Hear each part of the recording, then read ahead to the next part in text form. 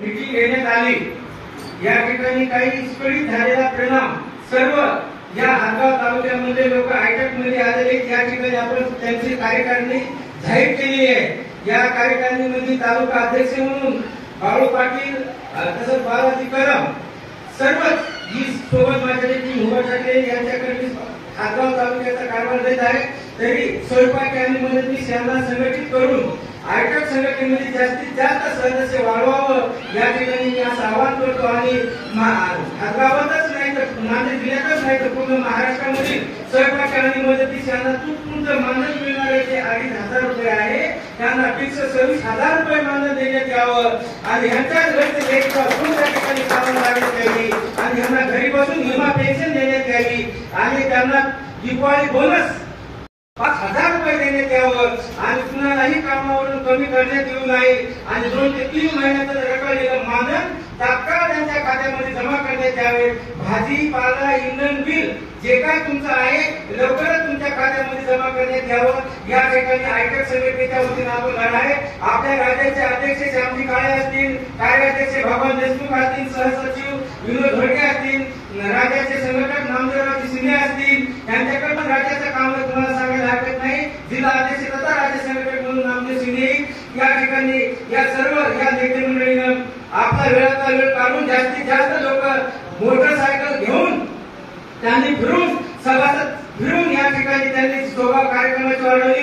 आमदार साहेबांना आपल्याला आश्वासन दिलेले 15 दिवसात महिन्यामध्ये त्या ठिकाणी मीटिंग लावू 100% आम्ही त्यांचा पाठलाग करू, त्यांना निवेदन देऊ आणि स्वयंपाकी आणि मदतनीस यांना नाही मिळून देण्याशिवाय आयटक संघटना गप्पा बसणार नाही एवढे या ठिकाणी तुम्हाला राज्याचा उपाध्यक्ष म्हणून या नात्याने आवाहन करतो। आणि आयटक संघटनेमध्ये सर्व या ठिकाणी जे नेते मंडळी आली त्यांचं आयटक संघटनेच्या वतीने अभिनंदन करतो आणि तुमच्या मानधनावर काम न करता तुम्हाला भरपूर असं मानधन मिळावं याच्यासाठी केंद्राकडे लढा चालू आहे। आणि आमची नागपूरला मागच मीटिंग झालेली आहे। या ठिकाणी हातगाव तालुक्याची मी कार्यकारिणी आज जाहीर आयटक संघटनेच्या वतीने केलेली आहे आणि नक्कीच आपण जिल्ह्याचे निवेदन देऊ। तुला तुमचे काही अडचणी असतील शिंदे साहेब आणि सर्वांनी मिळून करावं। काही जिल्ह्याच्या पाठीवरती या ठिकाणी लोक येतील एवढे या ठिकाणी बोलतो। आमचे तुम्हाला मानधन मिळतंय ते मानधन तुमच्या खात्यामध्ये लवकरच तुमच्या खात्यामध्ये पडल्याशिवाय स्वस्त बसणार नाही। प्रमोद पाटील साहेबांना परवाच्या दिवशी जेव्हा नागपूर मुंबईला निवेदन दिलेलं आहे की संघटना एका जिल्ह्याची 2 जिल्ह्याची नाही पूर्ण 36 राज्यामध्ये काम करणारी संघटना आहे। म्हणून सर्वांना विनंती आहे की आयटक संघटनेच्या सभासद व्हावं आणि आयटक संघटनेमध्ये शोभा वाढवती महिला सभासद होणार नाही तिची आम्ही दखल घेतली जाणार नाही एवढे या ठिकाणी मी तुम्हाला आवाहन करतो एवढंच बोलतो। आणि या ठिकाणी राज्याचा उपाध्यक्ष असेल या नात्याने कार्यक्रमाच्या नंतर मी आपले नाव विसरून बोलतो।